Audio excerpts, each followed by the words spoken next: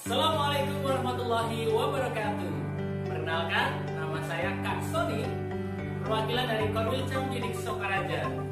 Saya berasal dari SD Anida Sokaraja. Hari ini kakak akan membawakan sebuah cerita dengan judul Adisaka, asal usul aksara Jawa. Selamat menyaksikan. Alkisah, hiduplah seorang raja bernama Adisaka. Ia mempunyai dua orang ajudan yang bernama Dora dan Sembada. Suatu hari, mereka bertiga melakukan perjalanan ke tanah Jawa.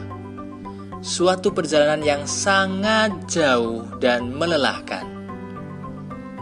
Di tengah perjalanan, kapal mereka singgah di sebuah pulau bernama Pulau Majete. Di pulau itu mereka beristirahat untuk menghilangkan rasa lelah. Mereka harus beristirahat dan mengumpulkan tenaga sebelum melakukan perjalanan. Silakan Tuan, semua ini untuk Tuan. Terima kasih Dora. Sembada, Dora, kalian juga harus makan. Karena aku rasa perjalanan kita masih cukup jauh. Baik Tuan, terima kasih.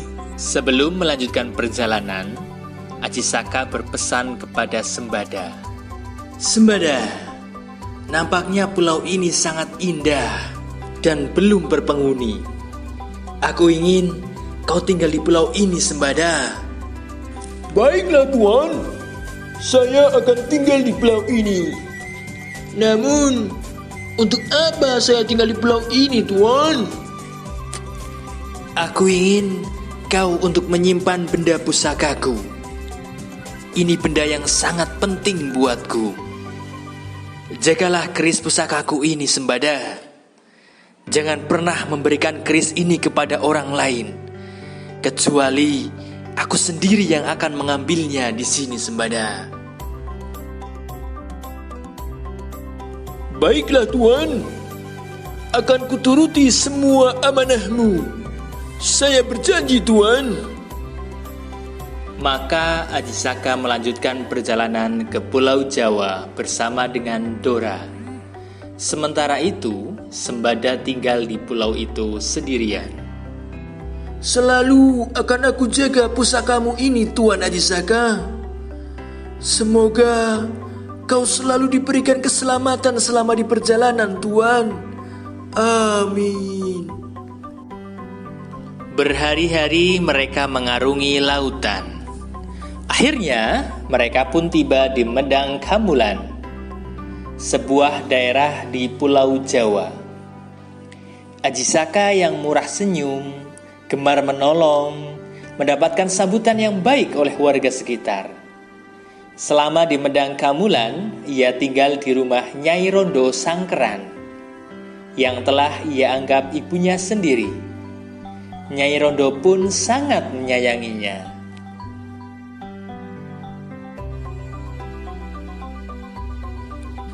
Istirahat saja, Mbok. Biar aku saja yang mengangkat kayu ini. Terima kasih, Nang. Aku bersyukur punya anak angkat sepertimu.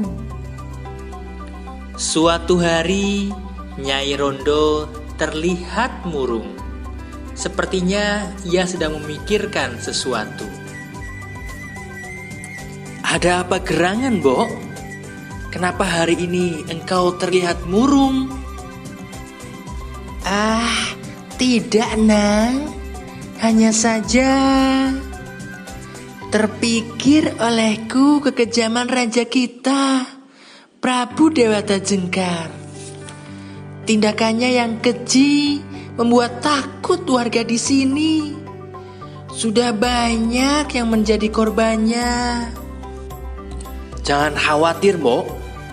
Besok aku akan menemuinya dan akan aku beri pelajaran. Tapi, Nang, Prabu Dewata Jengkar itu sangat kejam. Kamu bisa celaka, Nang. Jangan meragukanku, Mbok. Aku aku cukup kuat dan sakti untuk bertemu dengan Prabu Dewata Jengkar. Doakan aku saja, Mbok. Esoknya, Ajisaka datang ke kerajaan Prabu Dewata Jengkar. Ajisaka menemui sang Prabu dengan keberanian yang luar biasa.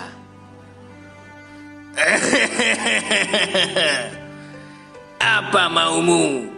Ada apa kau datang ke sini? Ku minta Prabu tidak lagi mengganggu warga di desa. Sebagai gantinya, akan aku serahkan diriku kepadamu. Baru kali ini aku lihat ada manusia yang mau menyerahkan diri padaku. Jangan senang dulu, Prabu.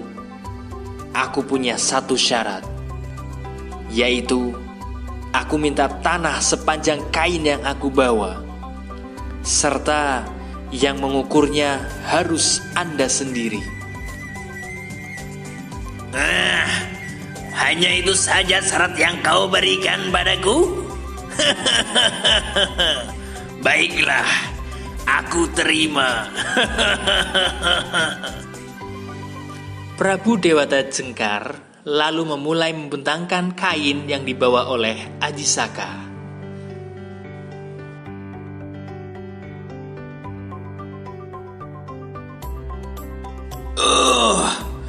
Kain ini panjang sekali, seolah tidak punya batas. Tanpa ia sadari, selama mengukur, Prabu Dewata Jengkar telah melangkah hingga tepian tebing. Tepat ketika Prabu telah sampai di tepian tebing, Ajisaka menghentakkan kainnya.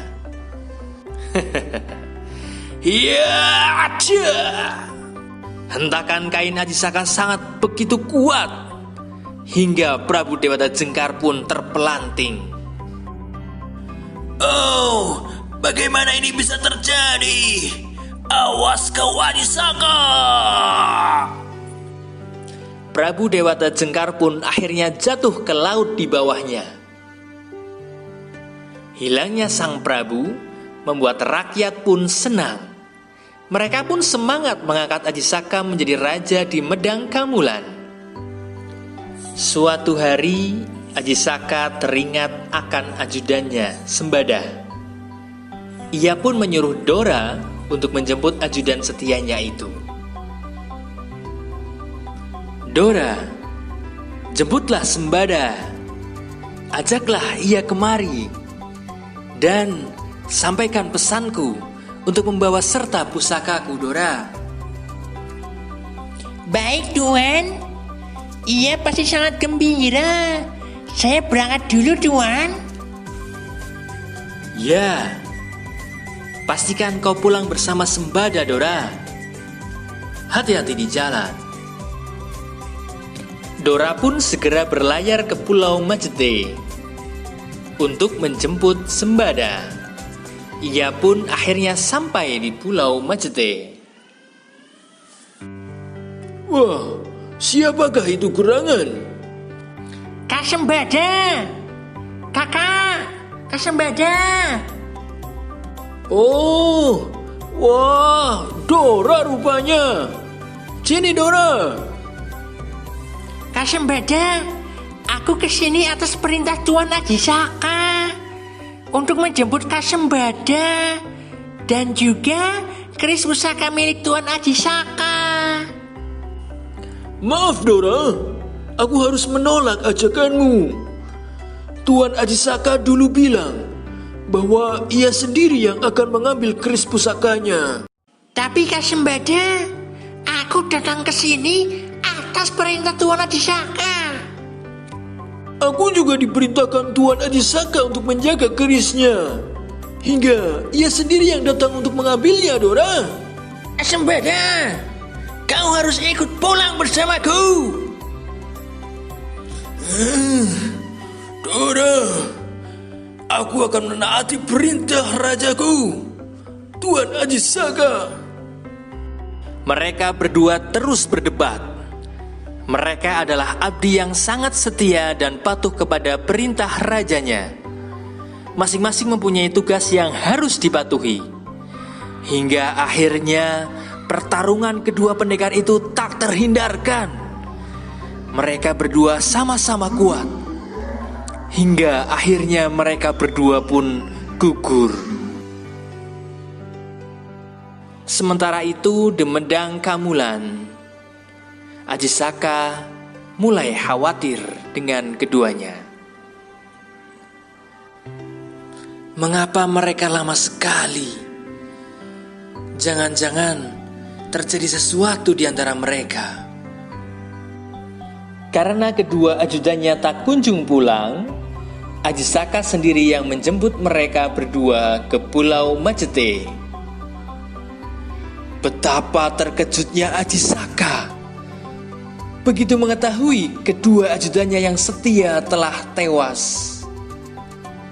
Ia menyesal karena telah menimbulkan pertengkaran. Ia pun berdoa kepada Tuhan, memohon ampun atas kesalahannya, dan meminta dosa kedua ajudannya diampuni. Maafkan aku, Sembada. Aku memerintahkanmu untuk tetap menjaga pusaka hingga aku sendiri yang mengambilnya.